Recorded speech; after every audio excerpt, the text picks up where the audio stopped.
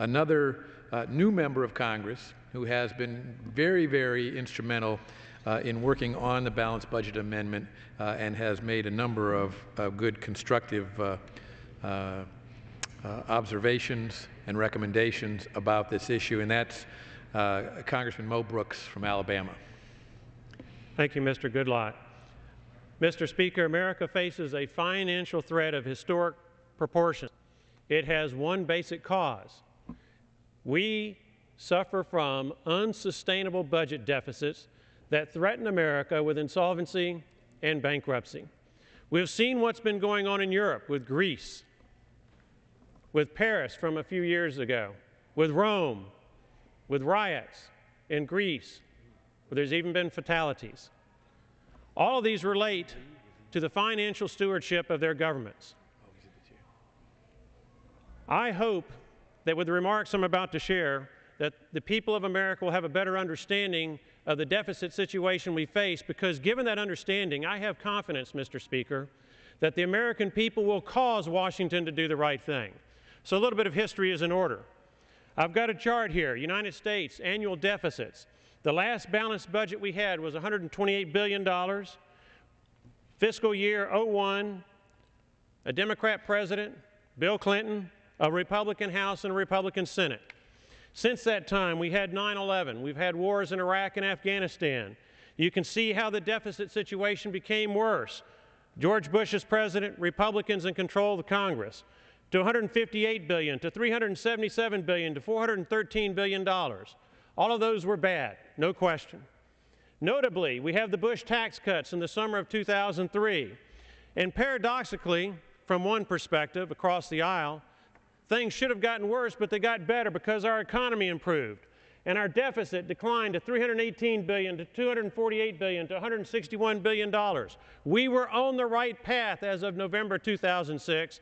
Then we had a different mindset, capture the United States House, the United States Senate. We have a different Speaker of the House, a different Majority Leader in the United States Senate, and a different philosophy of government, and a different economic philosophy that unfortunately has failed miserably.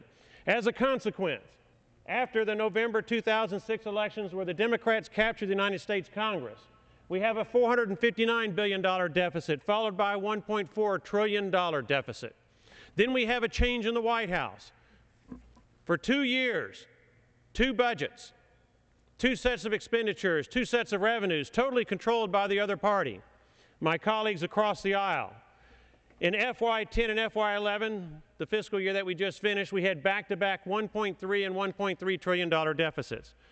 Ladies and gentlemen, these deficits were bad. These are unsustainable trillion-dollar deficits as far as the eye can see, and they're a great risk to our nation. Now, to put it into perspective, $2.3 trillion in revenue last year, $3.6 trillion in expenditures, a $1.3 trillion deficit, a $14.3 trillion accumulated debt. With what happened with the Budget Control Act in August of this year, a bill that I voted against, the debt ceiling was increased by $2.4 trillion, such that we'll soon hit a $16.7 trillion debt burden in 2013. Now, I mention trillions, and people's eyes often start to glaze over, Mr. Speaker. Let me put it down into a family sense where hopefully the American people can better understand it. Think in terms of a family that's uncertain about their income. So they go over their finances, and they discover that over the last 3 years they've averaged $50,000 a year in income. Not too bad. Then they look at their expenses, and they've been averaging $80,000 a year in expenses. That's scary to them, and it should be. They've been in the hole 3 straight years for $30,000 a year.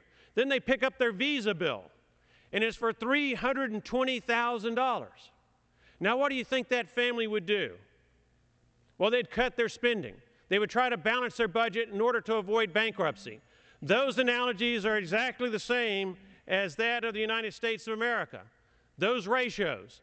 Now, we have to have a balanced budget constitutional amendment, I submit to the American people, Mr. Speaker, because that is the only way Washington will have the backbone to do the right thing, to protect future generations from the risk of insolvency and bankruptcy that we in America face today.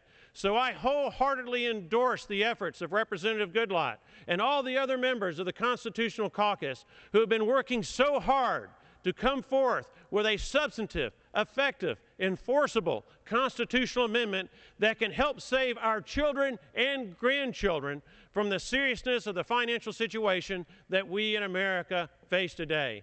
As for me, Mr. Speaker, I will do my utmost to support a balanced budget constitutional amendment. I will do my utmost to ensure that it is an effective constitutional amendment, that it's not a dog and pony show, that in fact it will achieve the desired results. With that, Mr. Speaker, I yield the remainder of my time.